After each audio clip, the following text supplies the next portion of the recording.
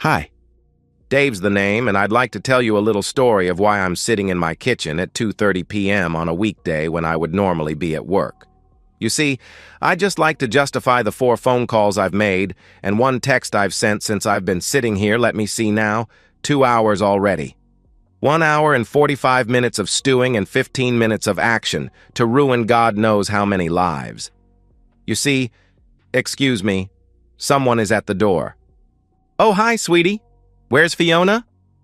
I rang Stuart and he came home early. He'll pick her up from kindergarten and look after her until I get home. Linda, I've said it before, but I'll say it again. He's a great guy. I know it's traditional for a bloke to dislike his son-in-law, but you picked so damned well that I just can't help liking him. I chuckled at my daughter's grim smile. We shared a sense of humor. Have you told Pete yet, Dad?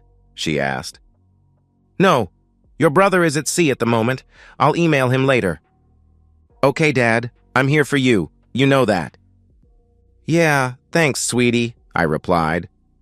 We lapsed into silence for a long moment. Why would she do this to you, Dad? I don't know, darling, I replied. Why, didn't she say anything? She asked. I haven't actually spoken to her yet. You mean she's still? Yup, I replied. I watched as my daughter's troubled eyes flicked to the stairs leading up to the master bedroom. I just wanted to wait so she could tell us all why she did it at the same time. All? She asked. Yeah, I've invited a few more guests. They should be here shortly. What are you going to do? She asked. No more and no less than I have to so I can survive this. So you already have a plan? Yup, I replied. Doesn't it depend on her reason? She asked. Why? The facts speak for themselves. The reason is irrelevant. But she may have been blackmailed, she asked. Believe me, if you saw what I saw and heard what I heard, you'd know she wasn't being blackmailed. Linda looked into my eyes for a moment. I thought you were taking this well, but I can see now you're not, are you? No, I replied. I turned away. No daughter should see her father cry. What would you like me to do? She asked. You do what your conscience tells you to do. I won't think better or worse about you, whichever way you decide. Thanks, Dad. Do you have any idea why she would do this? She asked. I have absolutely no idea, sweetie. I thought we had a good marriage until this morning. What happened this morning? She asked. Well, your mother has always been lousy at lying and keeping secrets. It's just not in her nature. After 27 years of living together, I know her routines like my own. She showers every morning. Every Tuesday and Friday she washes her hair. She'll be getting ready for 5 minutes more or less than an hour. Every other day she is in there for 5 minutes more or less than 30 minutes. This morning she was in there for almost an hour and a half. When I went in there to tell her she would be late for work, I saw what underwear she had on and what she was planning to wear. It wasn't her usual office clothes. I asked her what her plans were for the day, and she said nothing unusual, just work. She was lying. Every other day she thought she would be late for work, and she got kind of agitated. This morning she was as cool as a cucumber. I knew then that she had no intention of going to work. So what did you do? She asked. I called off work and parked just up the street. I was going to follow her when she left, but she didn't go anywhere. I stayed there until that guy she works with at the real estate office turned up at about 11:30. I crept in and confirmed it was what I expected, then thought what I was going to do. After that, I made a few phone calls, and here we are. Were there any clues, Dad? I mean, before today? I thought you guys were good, she asked. No, sweetie, nothing. As far as I knew, I loved her and she loved me. We were going to work for a few more years, then retire and live happily ever after. Dad, I have to ask you this. Did you ever...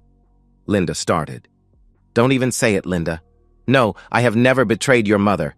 I have never disrespected a woman that way in my life. Even when our love life pretty much died a couple of years ago, I just sucked it up. What? You haven't had intimacy in 2 years? She asked. Nope. Your mother was never an overtly sexual being. She reckoned she just didn't enjoy it that much. Sure, she seemed to enjoy it when we started, but it was the starting that was the problem. When she hit menopause 2 years ago, whatever I used to get just dried up completely. So, when you found her today, it must have hit you hard? She asked. I let my steely gaze answer for me. Just then there was another soft knock on the door. I opened it to see my father-in-law standing there. "Come in, Paul." "Thanks, Dave." "Where is she?" he asked. "Upstairs in our bedroom." "Okay. I have to see for myself," he answered. "I understand. Go ahead, sir. Just don't disturb her, please." The old man went up the stairs and came down a minute later, but much more than a minute older. He slumped in a chair. I poured him a whiskey, which he gulped. "I can't believe she would do that to you. She knows how devastated you were when that fiancé of yours cheated on you. She helped pick up your pieces after all. Not only that, she knows how devastated I was when I caught her mother and she ran off with that jerk, abandoning me and the kids. Sorry, I have to get out of here." I guess a woman shouldn't see her granddad cry either. I walked him to the door. Linda made it like she was going to follow us, but I waved her back. I wanted the old guy to maintain what pride he had left. He stood on the porch and gripped my shoulders for support. "Do what you have to do, son, but nothing physical, okay? I couldn't stand by and see that." "Don't worry, Dad. I won't harm a hair on your daughter's head. But as for the other stuff, I apologize for what I am about to do to your daughter. A guy has to do what he has to do." He stared at me for a long moment, then nodded. He shuffled to his car and drove slowly away. A broken man. I rang his son, my wife's brother, and without going into detail suggested he go and see his dad to offer support. I was just hanging up when I heard the upstairs toilet flush. Nap time must be over. I rejoined Linda and we sat in silence for a few minutes. Shortly, we heard a bed creaking and sounds of passion. "See, Linda, does that sound like blackmail to you?" "No, Dad. How can you stand to sit here? Why don't you go up and beat the jerk's back?" "Well, it's not easy, sweetie, but I have this ability to turn off my emotional side. Kind of disassociate myself from all the feelings, you know." "Oh, is that where I get it from? So why torture yourself? Why not go upstairs and stop it? Kick the cheating woman out?" Linda asked. There's one more visitor to come," I answered. Right on cue, there was another knock on the door. I opened it to a reasonable-looking lady a few years younger than me. Surprisingly, she had a boy and a girl with her. They looked about mid to late teens. "Mr. Brown, is it?" "Yes, please call me Dave," I answered. "I'm Jenny Smith, and these are my kids, Robert and Sarah. I picked them up from school. If what you say is true, I wanted them here, if for no other reason than to understand that it was their father that destroyed our family." I shook hands with Robert. It was surprisingly firm. I introduced them all to Linda.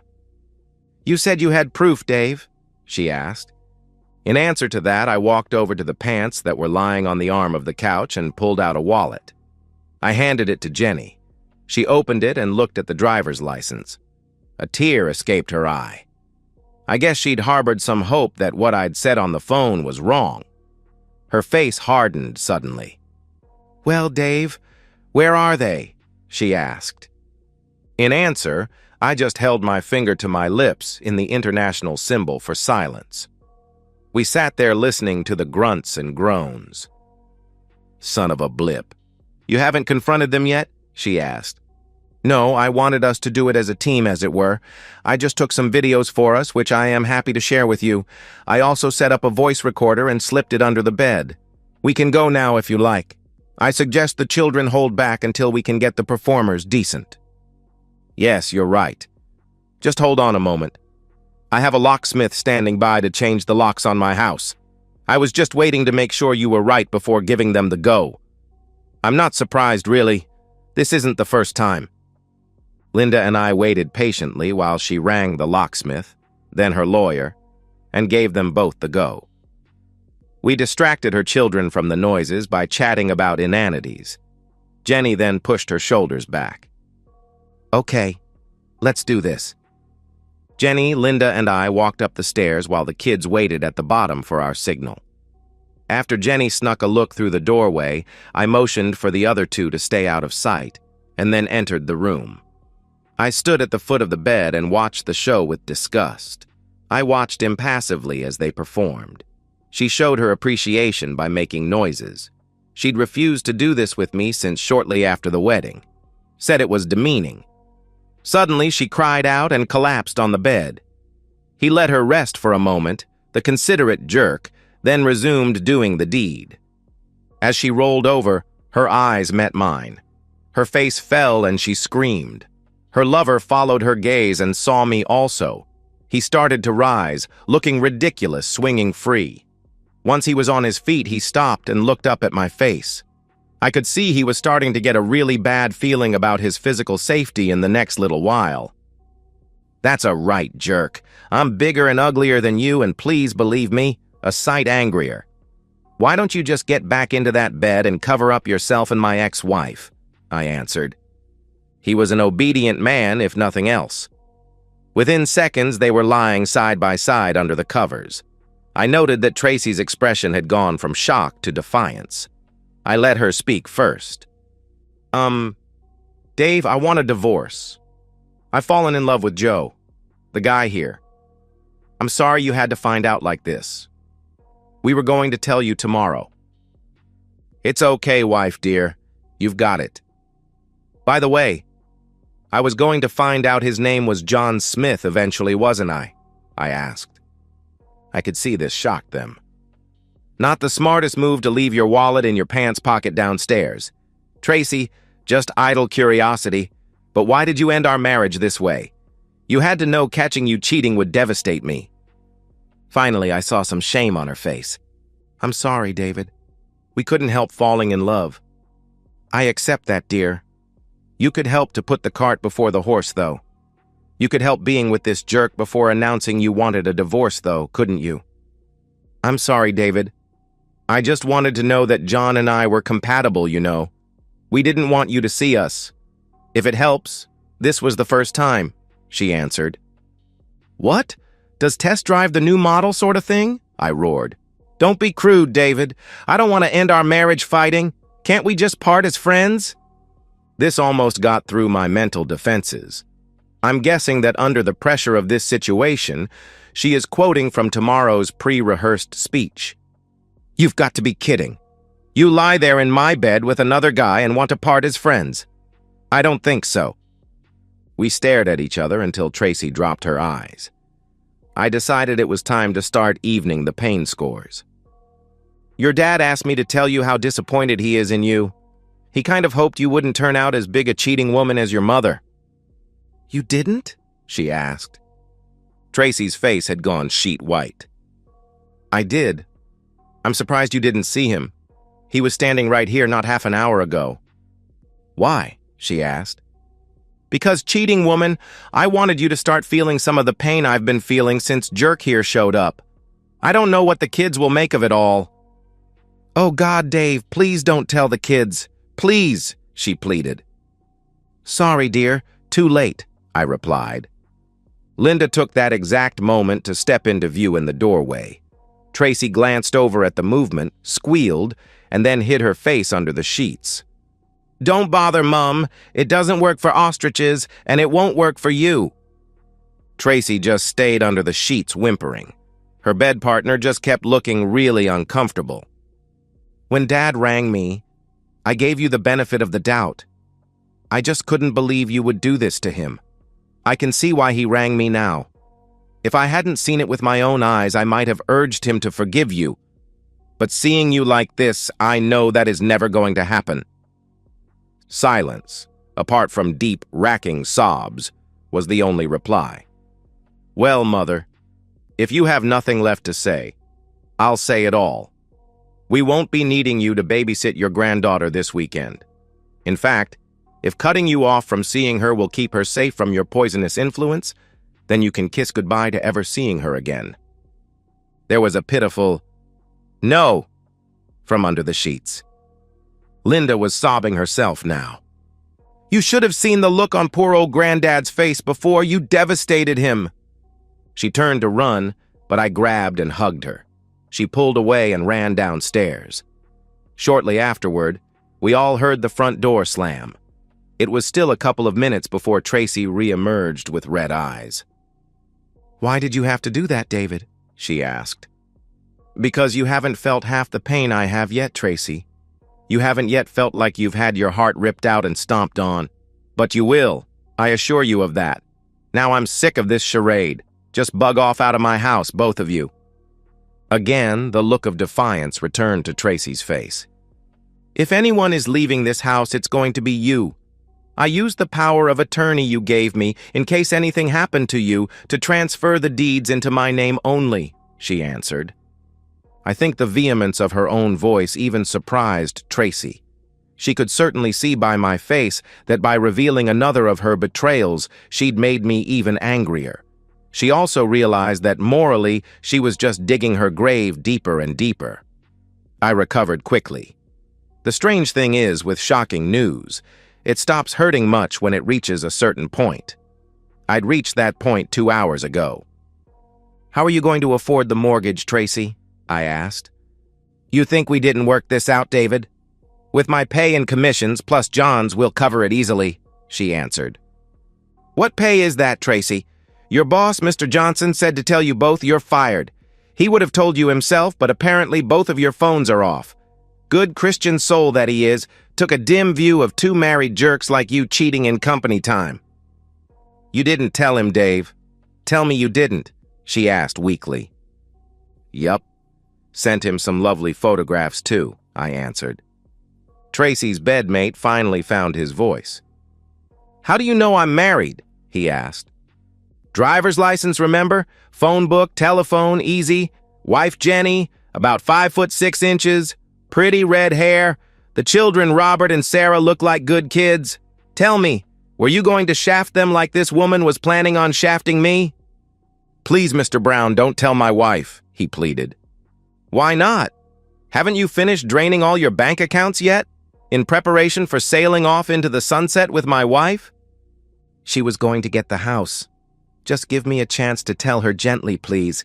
She doesn't deserve this. I still love her in my own way. She doesn't deserve to find out like this." "What? Doesn't deserve to find out like I did, you mean?" "Yes, you're right.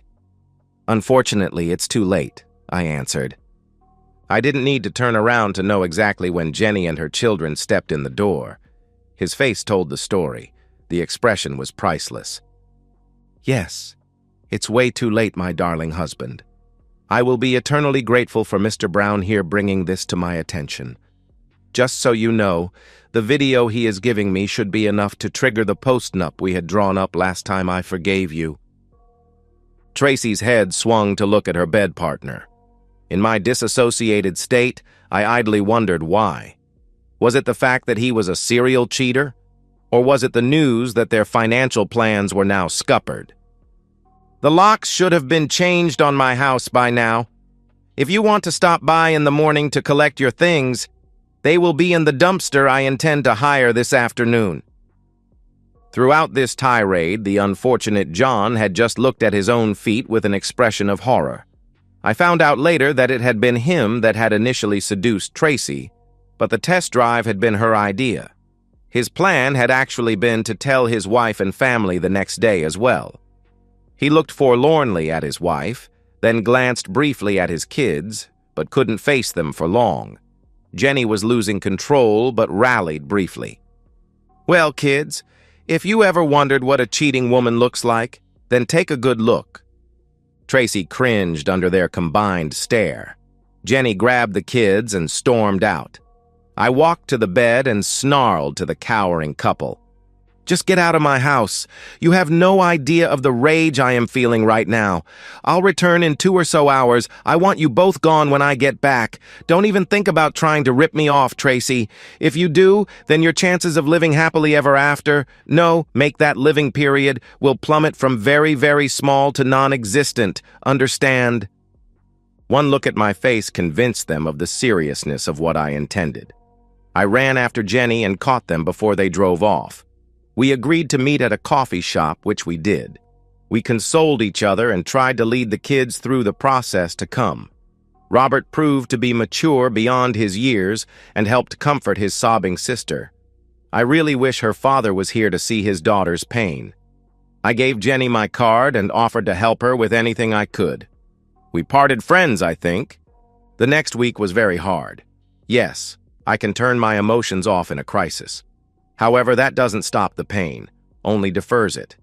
Sure, I was busy with work and lawyers. They were very interested in my evidence, particularly the voice recorder I retrieved from under the bed. It had picked up fairly decent conversations where the two lovers had detailed the extent of their planning to snatch the majority of the marital assets of the two households.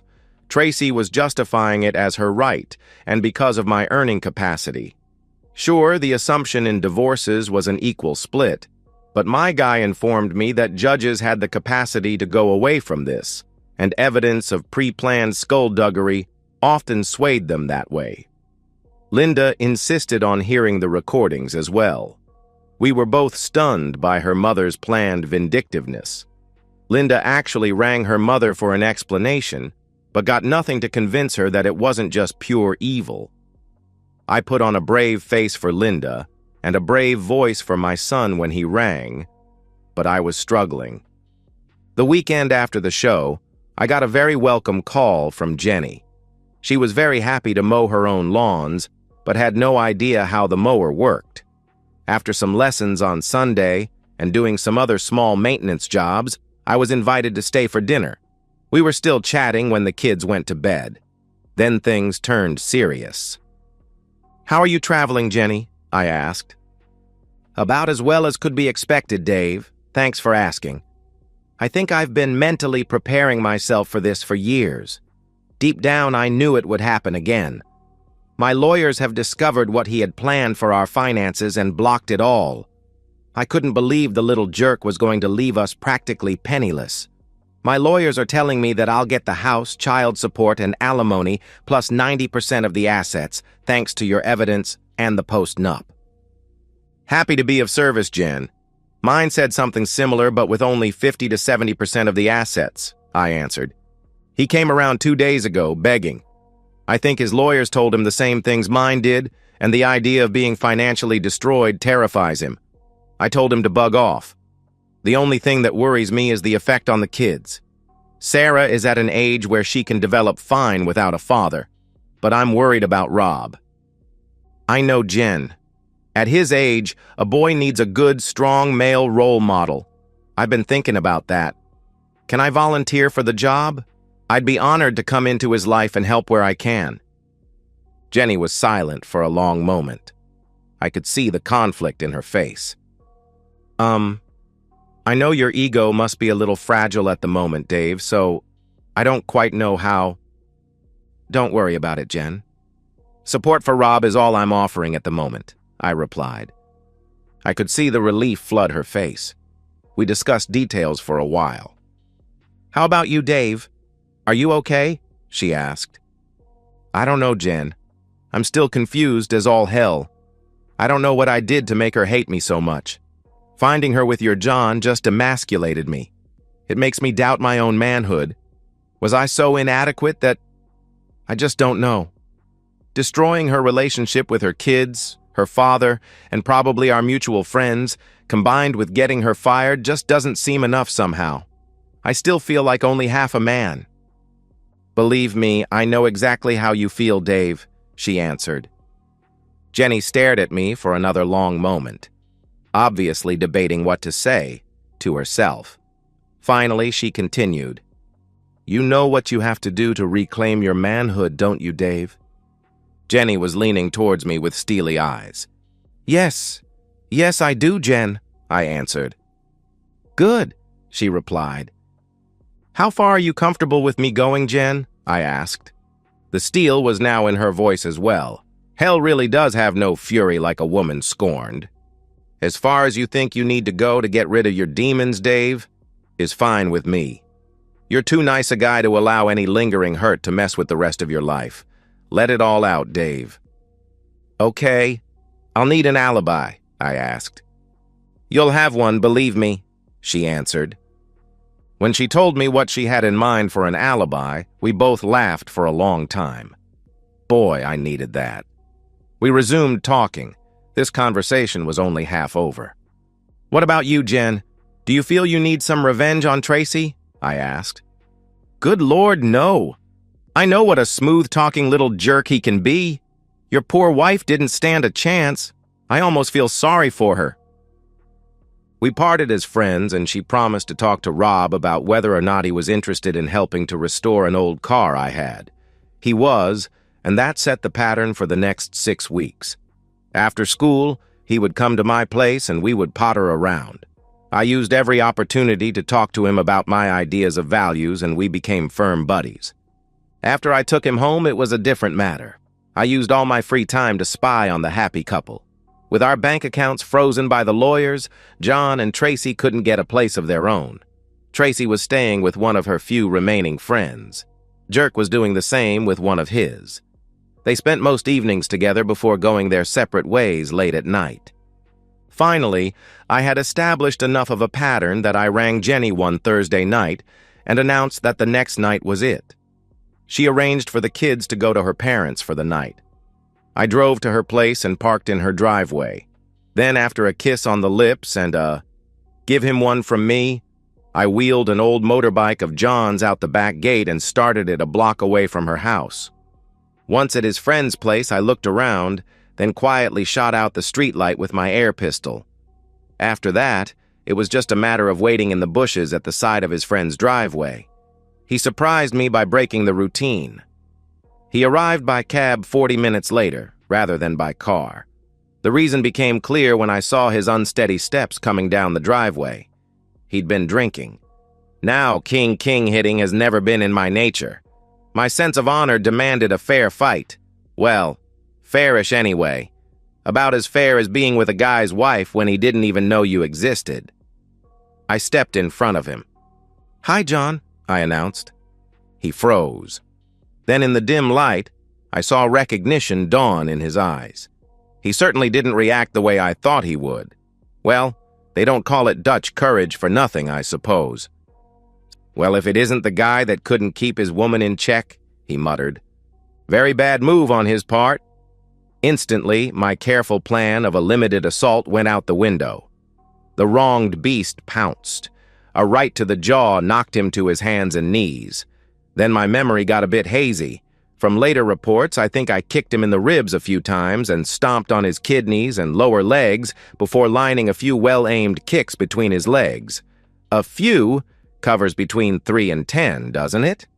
Luckily, my red haze lifted, allowing me to complete the last part of my plan. I lifted his unconscious form and dumped him in the middle of the road. Maybe the police would think he was another hapless hit-and-run victim. Maybe not. I walked back to the motorbike and rode to a shopping center. In the shadows, I changed clothes and dumped them, as well as my gloves, in a dumpster. Finally, I rode a block away from Jen's house and pushed the bike back. Jenny was expectantly awaiting my return and grilled me on how things had gone.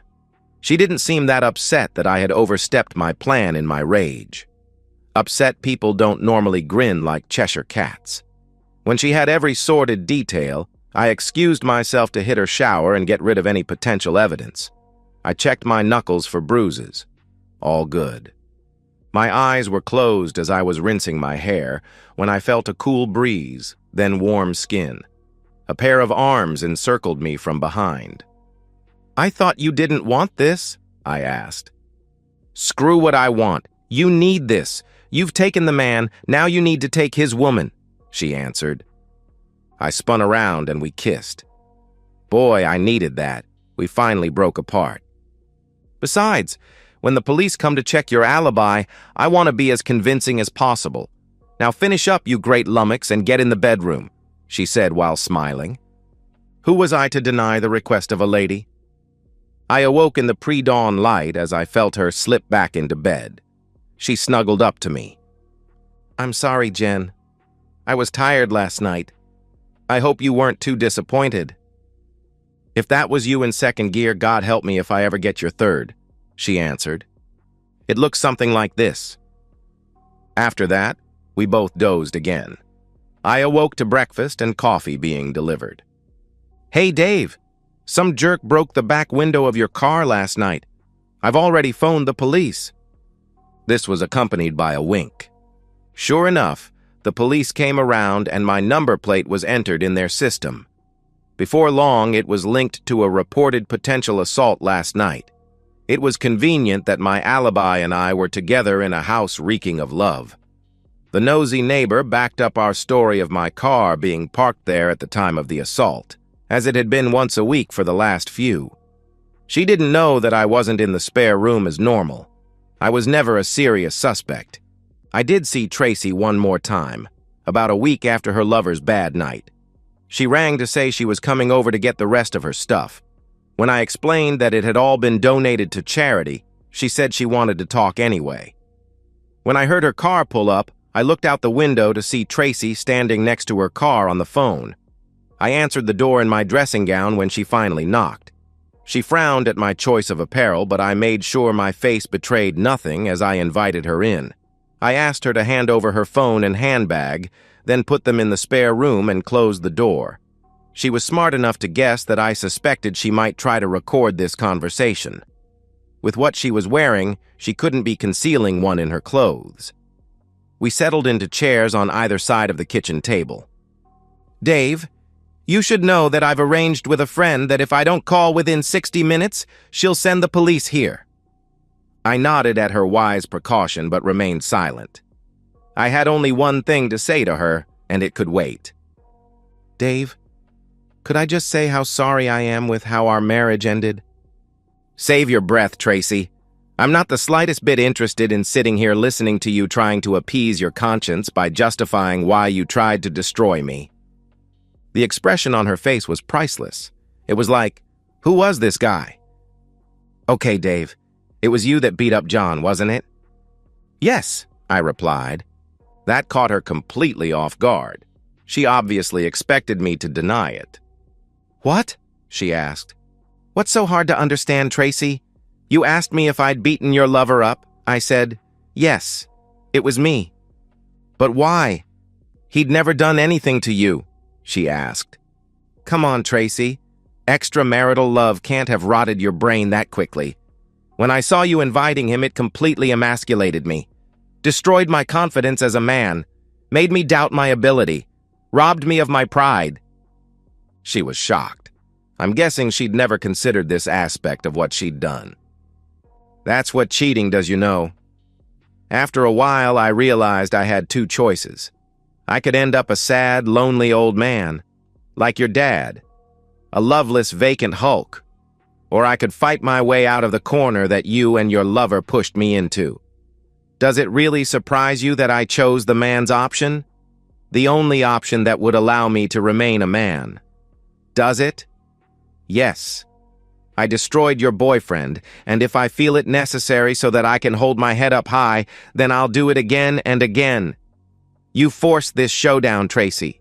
There can only be one survivor. To stop you and him from destroying me, I have to destroy you both." The words were said with such a quiet, chilling certainty that they left no room for doubt. But I hoped, coming in here, that by completely isolating me from friends and family and getting me fired, you were done with me. John and I just fell in love, Dave. We couldn't help it. You can remember being in love, can't you? She asked. Yes, Tracy. I can remember back 8 weeks. As I said that day, maybe it wasn't your choice to fall in love, but it was your choice what you did about it. If you'd just come to me and said, Dave, I've fallen in love with someone else, I want a divorce, then I would have been sad, but would have gladly given you your freedom, or fought to regain your love, whichever I choose at the time. By announcing your intentions the way you did, viciously and cruelly, you declared war on me, betrayed everything I stand for and everything I thought you stood for. What about now, Dave? Can you leave John and me in peace now you've had your revenge? She asked. Yes, I think I can. If only because I can't think of anything else to destroy. Thank you, Dave, she replied. Don't get excited, Tracy. I'm not the one you should be worried about. Huh? No, I've had my revenge on Johnny Boy. His wife hasn't started on you yet. If I were you, I'd look out for her. She's one mean lady, I can tell you. At that moment, a disembodied female voice came floating down the stairs from the master bedroom. Are you coming back to bed, Dave? You promised me 6 more a day and you're under budget. Who is that? She asked. Jenny, I replied. She ran, with me yelling a warning not to go to the police again. I climbed the stairs to a fully clothed Jenny. She held me until the tremors ceased. As for Tracy, she took off for places far away. I never tried to find or contact her ever again. Like I said, Dave's the name, and I feel great. I've read somewhere that some people who get revenge on someone who has wronged them find it a hollow experience. Shut up! It's the most effective cure for depression I've ever heard about. Forget it. Time to stop dwelling on the past. It's too negative. My new life awaits. Jen and I never became an item. We did use each other to relieve our frustrations fairly regularly, but there was never the necessary spark to go to the next stage. We were good friends, though, and looked out for each other. Under our combined guidance, Rob and Sarah turned out well. I backed off when potential boyfriends were around her, though, and stayed out of her bed until their relationship ended. 1 or 2 of them were a little intimidated by me, as I told them that if they hurt her in any way, they would have me to answer to. Before the last one proposed to her, he actually asked my permission. He was a great guy, and I happily blessed their union. The wedding was very emotional. With her father gone, she asked me to walk her down the aisle. It was at the wedding that she introduced me to an old friend of hers who had flown in.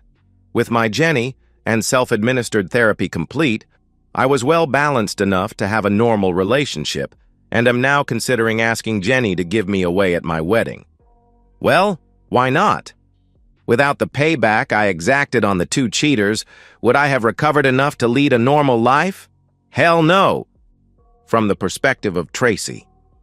Hello, I'm Tracy, and my life has gone to hell in a handbasket in the last 2 years.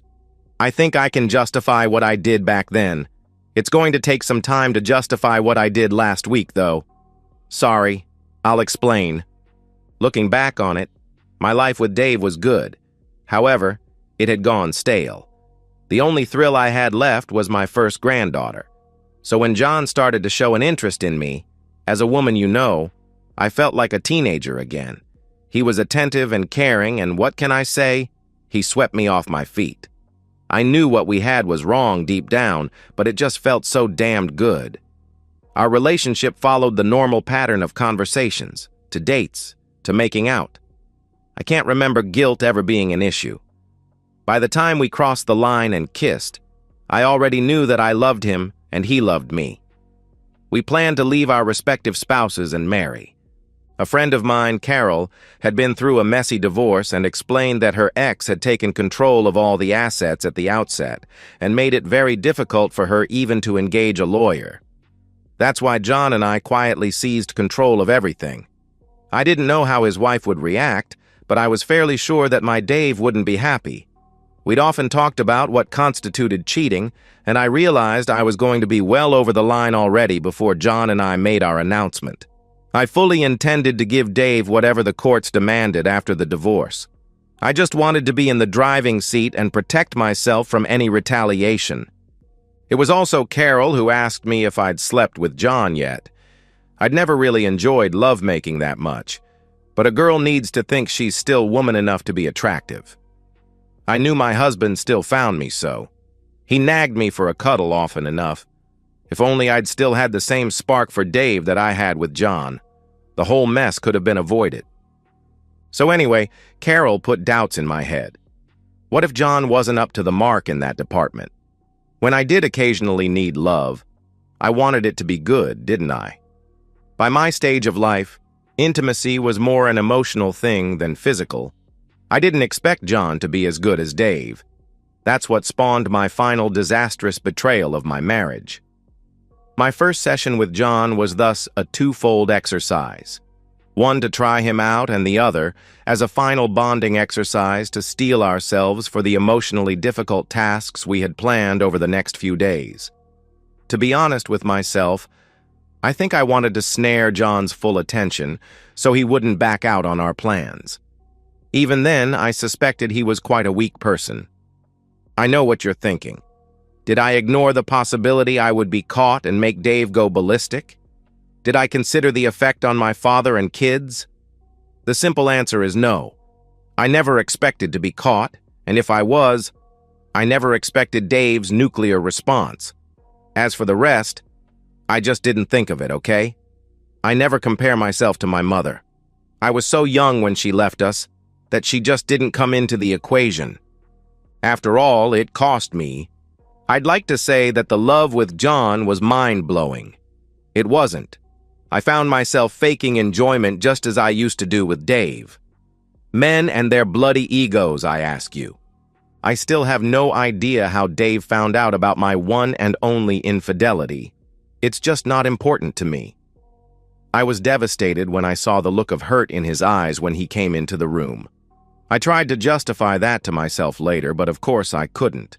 He'd never done anything near bad enough to justify that. My guilt manifested itself as defiance for a very short time, but that didn't last long.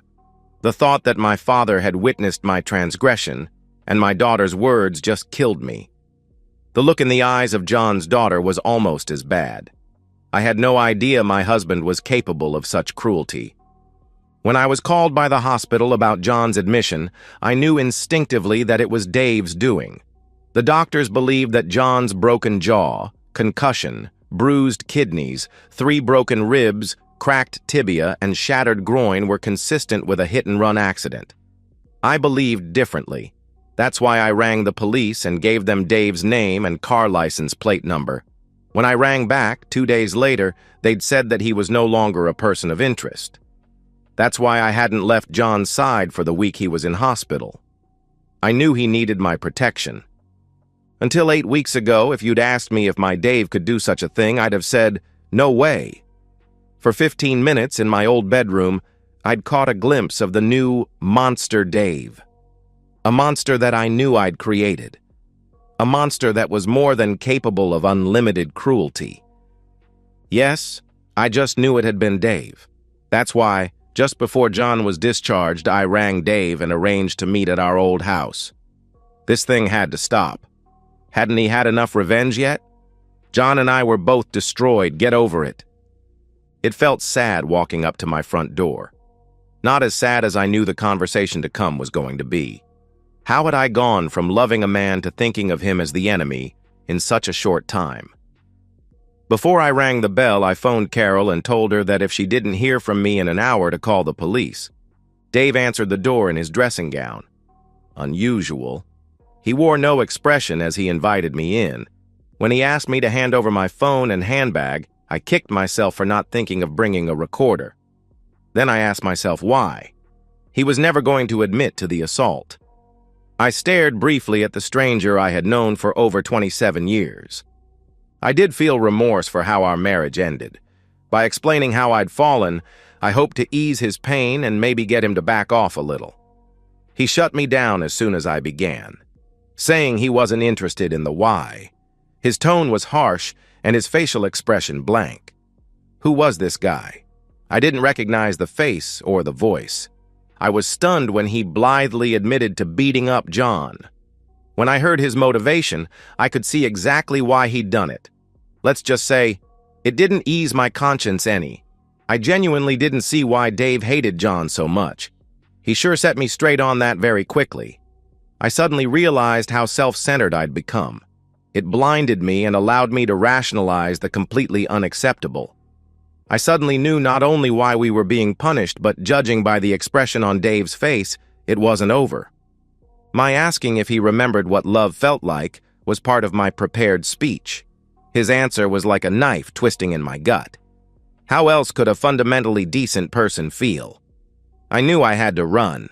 My question about future revenge was simply to see how far. I hadn't considered that John's wife was a physical threat until Dave's words. With a flash of insight, I suddenly found myself in her shoes. What would I do if she'd done to me what I'd done to her? A chill went down my spine. When I discovered she was upstairs, I ran. I collected John from the hospital, and then we both ran. The divorces were both finalized. The paperwork was delivered to our P.O. box, 2 towns away from my new home. The stress of living anonymously, with no friends and constantly looking over my shoulder, was tremendous. We had a little money eventually. The waiting was tough. The only jobs we could get were commission-only real estate jobs, and it was a long time between drinks. John and I got married 6 months later.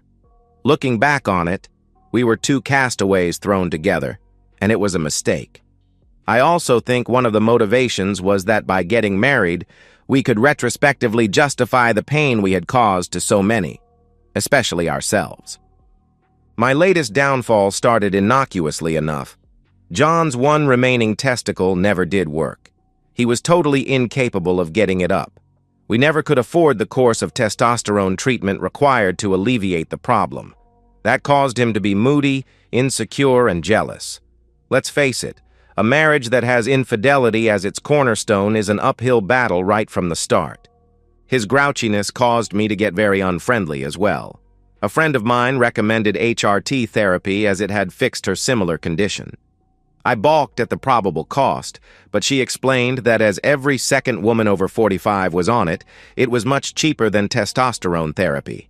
One doctor visit later, and as if by a miracle, life returned to a happy normal. My doctor had warned me that one of the side effects of estrogen tablets was a resurgence of my libido. He said it with a smirk, like it was a good thing. When it happens to the wife of a man with erectile dysfunction, however, it is very destructive. I found myself more excited than I had been 5 years into my marriage to Dave. When a guy at my new work started showing an interest in me, I couldn't help responding. He was much younger than me, and it was very flattering. Hiding our dates was extremely stressful. Insanely jealous John was much harder to fool than Dave had been. The first time we kissed was like an electric shock, not from the thrill of it, but because of the strong déjà vu experience it elicited. I refused to go through that again. I refused to cheat. I thought long and hard, but finally came up with a solution. It was less than ideal, but John had to respect my drives, didn't he? So I sat John down Thursday night last week, and as gently as possible told him that I wouldn't be home Friday night. I needed to take a lover. I would be discreet. It was only intimacy, and I would never rub his nose in it. I took his silence Thursday night and Friday morning as reluctant acquiescence. After buying me dinner and a disappointingly short bedtime, my new lover fell asleep. In embarrassment, I went home to John and mine's trailer. He wasn't there. The wail of sirens alerted me to the fact that the dawn had revealed him swinging from a tree. I'd done it again. Destroyed a man. I braced for the payback I knew he had organized. I was surprised to find it only consisted of a suicide note and a letter to his attorney. Well, the suicide note was emailed to all our friends, who dumped me quicker than an airplane toilet. The letter to his attorney was to change the beneficiaries of his life insurance policy and his will from me to his children. When will I ever learn? Never mess with a man's pride. And so, we've reached the end of today's story. Was it what you expected, or did it take a twist you didn't see coming? I'm curious to hear your thoughts. Share them in the comments below, and let's get a conversation going. If this story kept you hooked, make sure to hit that like button. And if you're new here or just haven't subscribed yet, now's the perfect time to join our community. I bring you fresh, captivating stories every day, so click that subscribe button and turn on notifications so you never miss out. Thanks for watching, and I'll see you in the next one.